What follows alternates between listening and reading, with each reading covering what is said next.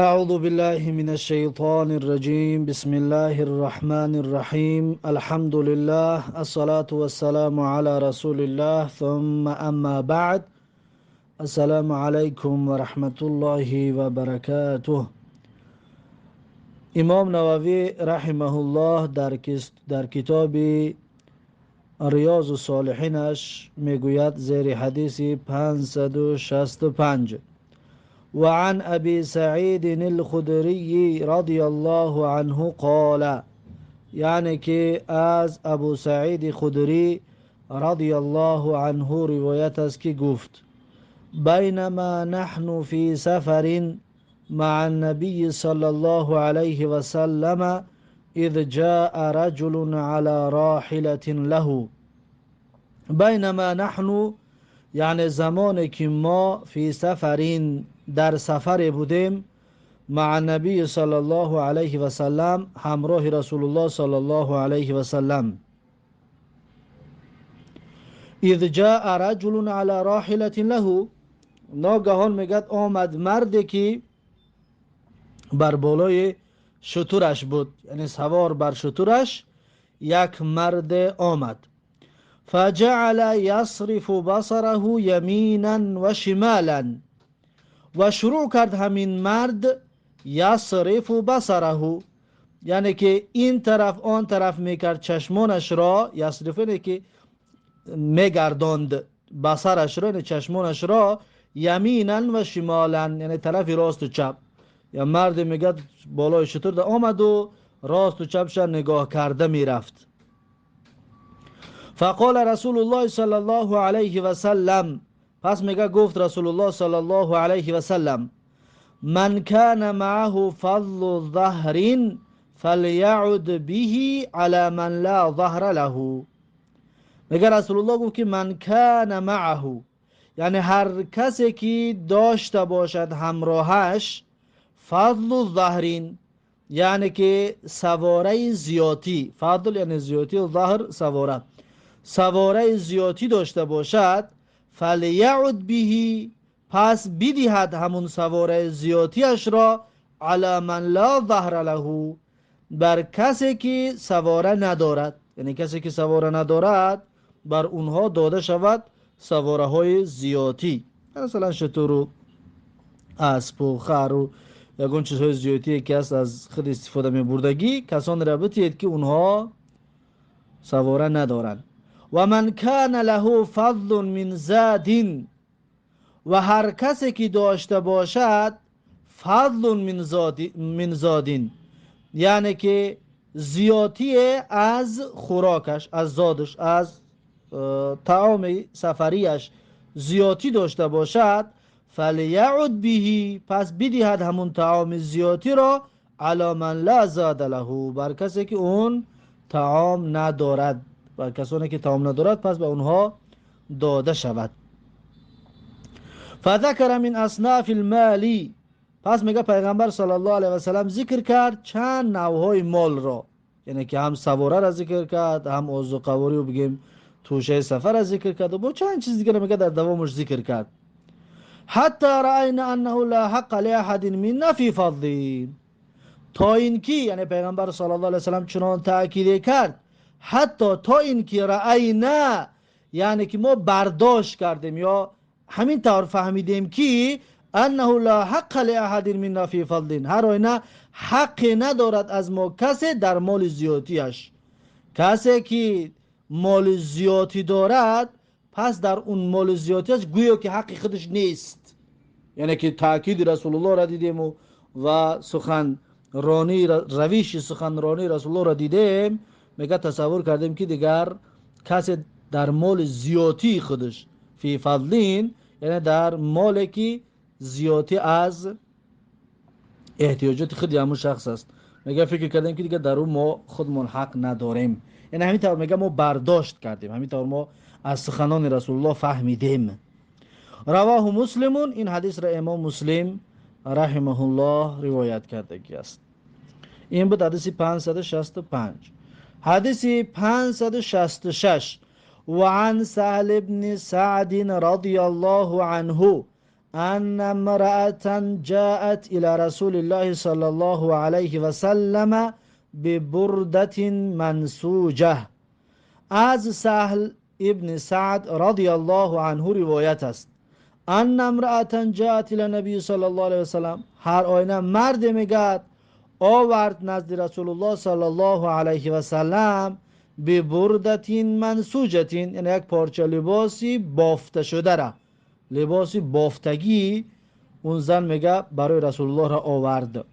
فقالت، پس میگه اون زن رسول الله را گفت نسجتها بیدی لاکسوکها، میگه که نسجتها بیدی، یعنی من بافتم همین پارچه لباس را بیدی، یعنی با دستان خودم، یعنی خودم بافتگی هستم این پارچه لباس را.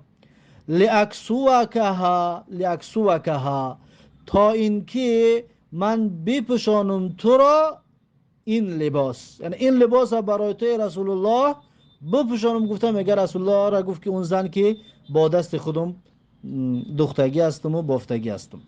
فاخذها النبی صلی الله علیه و سلم محتاجا الیها، پس میگه گرفت رسول الله صلی الله علیه و سلم همون پارچه متریال بافتگی را محتاجا الیها، یعنی رسول الله صلی الله علیه و سلم واقعا احتیاج داشت به همون، یعنی محتاج بود، احتیاج داشت همون چیز دا احتیاج داشت. خود رسول الله میگه همون لباس رو گرفت.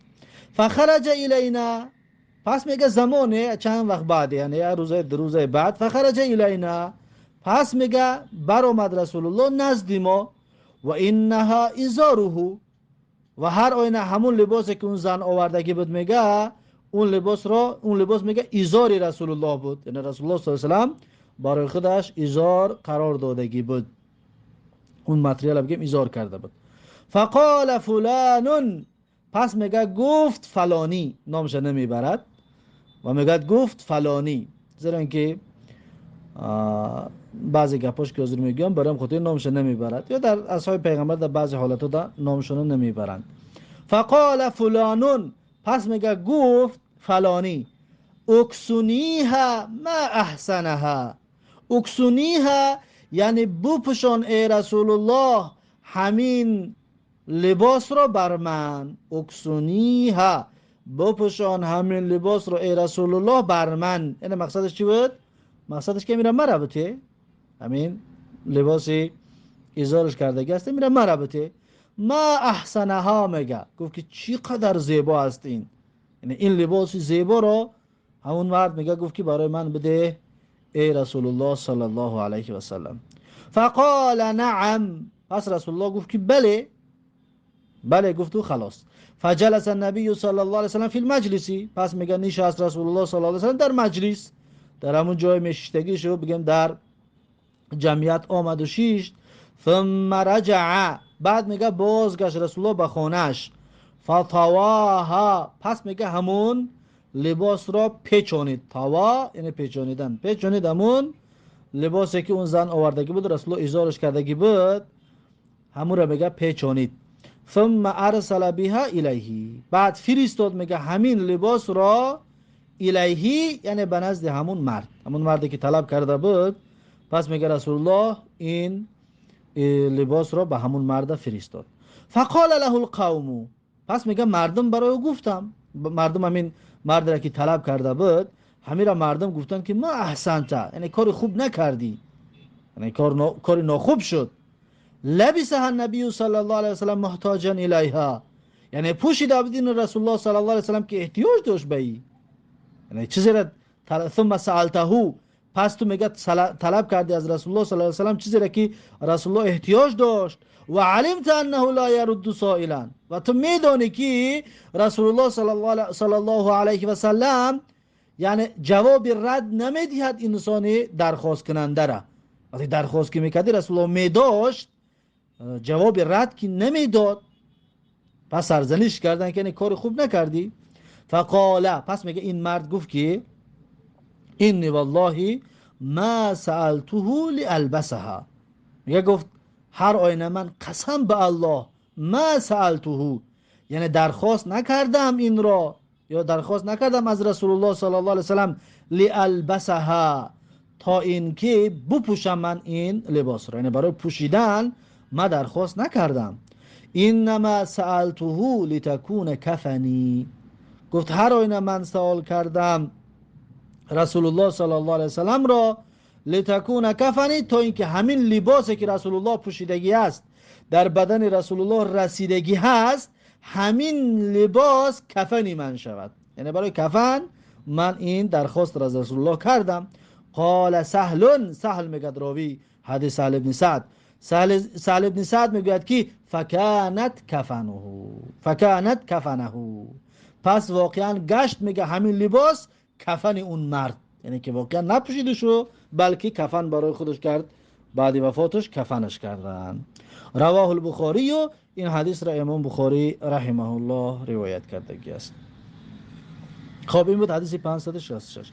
بعد از این حدیث 567، و عن ابی موسی رضی الله عنه قال، میگد از ابو موسی رضی الله عنه روایت است که گفت قال رسول الله صلی الله علیه و سلم، میگه گفت رسول الله صلی الله علیه و سلم ان الاشعریین اذا ارملوا فی الغزو، پیغمبر میگه که ان الاشعریین، هر آینه قبیله اشعری ها، اذا ارملوا فی الغزو، هرگاهی که ارملو یعنی ارمال شود. ارمال یعنی چه؟ یعنی که طعام هاشون نزدیک به تمام شوی برسد، یعنی خوراکی هاشون کم بماند. فی الغزو یعنی در جنگ، یعنی اشعری ها در جنگ وقتی که طعام هاشون کم میموند. او قل طعام عیالهم بالمدینه، یا کم میشد، کم میموندک طعامشون، یعنی غذاهای عیالشون، یعنی خانواده هایشون در مدینه، وقتی در مدینه طعام های خانواده هاشون کم میموند، چیکار میکردن؟ جمعوا ما کان عندهم، جمع میکردن آن طعام هایی که در نزدشان هست، یعنی که یک از 1 کیلو دارد، یک از نیم کیلو دارد، هر چیزی که دارد همه اینها رو جمع میکردن. فی ثوب واحد، در یک پارچه، بگیم در یک بگیم ستیل از که در یک چخلوش، همشه در یک جا جمع میکردن. ثم اقتسموه بینهم، بعد جمع کردن بعد تقسیم میکردن همون مال رو در بین خودشان. فی اینا این واحدین، یعنی با یک اینا تقسیم میکردن. یعنی چی؟ یعنی یک چین، یعنی کم و زیاد نه، مثلا یک از 2 کیلو آورده است، یک از 1 کیلو آورده است، یک از نیم کیلو آورده است، همشون یک چین تقسیم میکردن. بیسویتی میگه، یعنی به طور مساوی و برابر همه یک چین تقسیم کرده میشد. پس رسول الله این کارشون تعریف کرده، میگوید که فهم منی و انا منهم، پس ویها از من هستند و من از ویها هستم. حدیث متفقون علیه، یعنی کار خوب است، یعنی که از خودگذری کردن و کمک رساندن با یکدیگر رو، چطوری که موضوع باب است، از این حساب امام نووی این حدیث رو در اینجا ذکر کرد. همچنین رسول الله هم تعریفشون کرد، برای چی که من از ویها هستم و ویها یعنی قبیله اشعری ها از من است. خب این باب با آخر رسید. باب نو، باب التنافس فی امور الاخرة والاستكثار مما یبرک به. یعنی چی؟ یعنی باب در مسئله تنافس است. تنافس یعنی مسابقه و رقابت و با یکدیگر پیشگیری کردن در امور آخرت. در امور آخرت یعنی تنافس و رقابت باید باشد. والاستکثار مما یبرک به، و همچنین استکثار کردن، یعنی که رغبت زیاد داشتن، مما به چیزهایی که یبرک به، یعنی که تبرک یبرک یعنی تبرک جسته می شود به آن چیز، به آن چیزها تبرک جسته می شود، تبرک جایز یعنی تبرک درست. پس این باب در این مسئله صحبت میکند. میگه قال الله تعالی، اول آیت رو میارد، میگه الله سبحانه و تعالی گفت که و فی ذلک، پس در آن، فلیتنافس المتنافسون، باید رقابت بکنن رقابت کنندگان. پس در آن یعنی که در عملهای صالح و در آن چیزهایی که بنده را در برازگی الله تبارک و تعالی میرساند، پس در اینها باید رقابت بکنند. انسانهای رقابت کننده باید مسابقه بکنند، مسابقه کنندگان. خب بعد از این حدیث را میارد، میگوید که حدیث 568 و عن سهل بن سعد رضی الله عنه، یعنی که از سهل بن سعد رضی الله عنه روایت است، ان رسول الله صلی الله علیه و سلم اوتی بشراب. هر آنه میگد رسول الله صلی الله علیه و سلم را نزدش آورده شد نوشیدنی چیزی شراب، یگان چیزی می نوشیدنی. فشرب منه، پس میگه رسول الله صلی الله علیه و سلم از اون نوشید. و عن یمینه غلام، و در طرف راست رسول الله صلی الله علیه و سلم میگه یک پسر بچه ای بود، یک غلام بود. غلام مقصد چی؟ پسر بچه، یک جوان یعنی. و عن یساره الاشیاخ، و در طرف چپ رسول الله صلی الله علیه و سلم اشیاخ بود، یعنی شیوخ، یعنی که بزرگ سالان بود، موی سفیدا بود. فقال للغلامی، یعنی رسول الله خودش نوشید. بعد از نوشیدن وقتی یک چیز تقسیم کردن شروع میکنی، باید از طرف دست راست شروع کنی، باید از دست راست شروع کرده شود تقسیم کردن.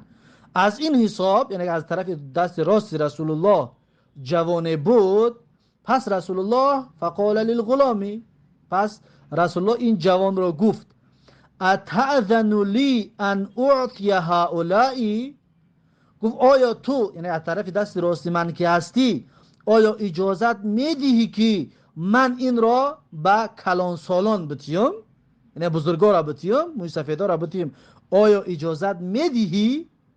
فقال الغلام لا، پس غلام گفت که نه، اجازت نمیتیم.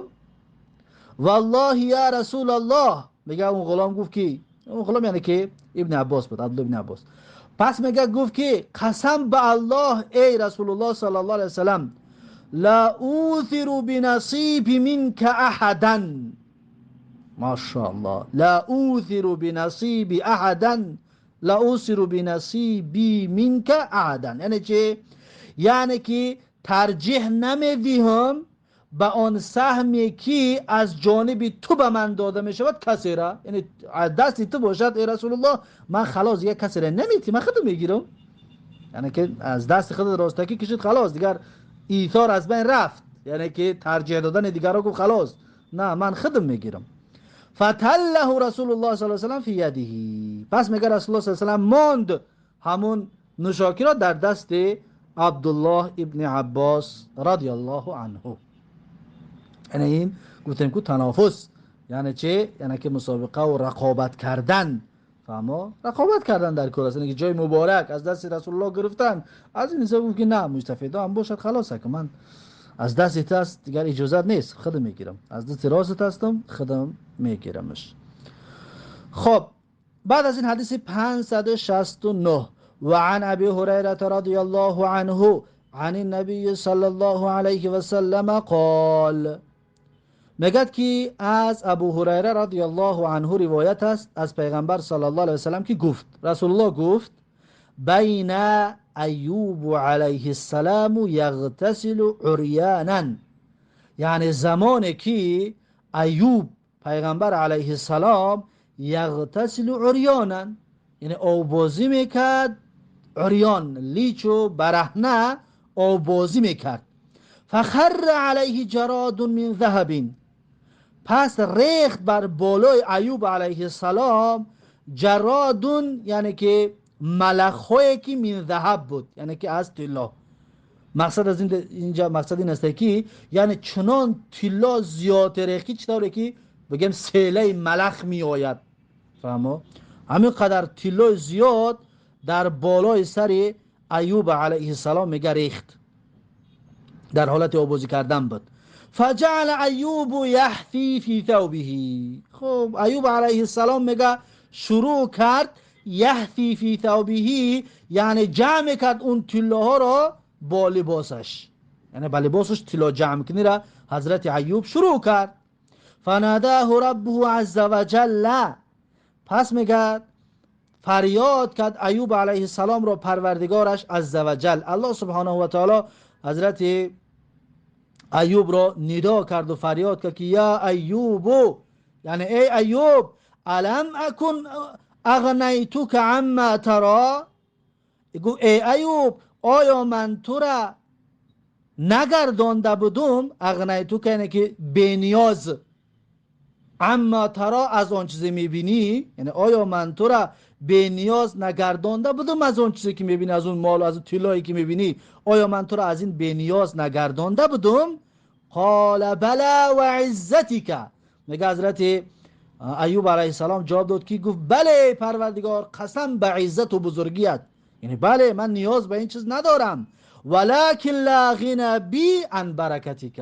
ماشاءالله جواب بی، ولی گفت لا غنى بی، یعنی که بینیاز نیستم من عن برکتک، از برکتی توی الله، یعنی مرا بینیاز گرداندی، اما من بینیاز نیستم از آن برکتی که تو برای من داده ای الله تبارک و تعالی.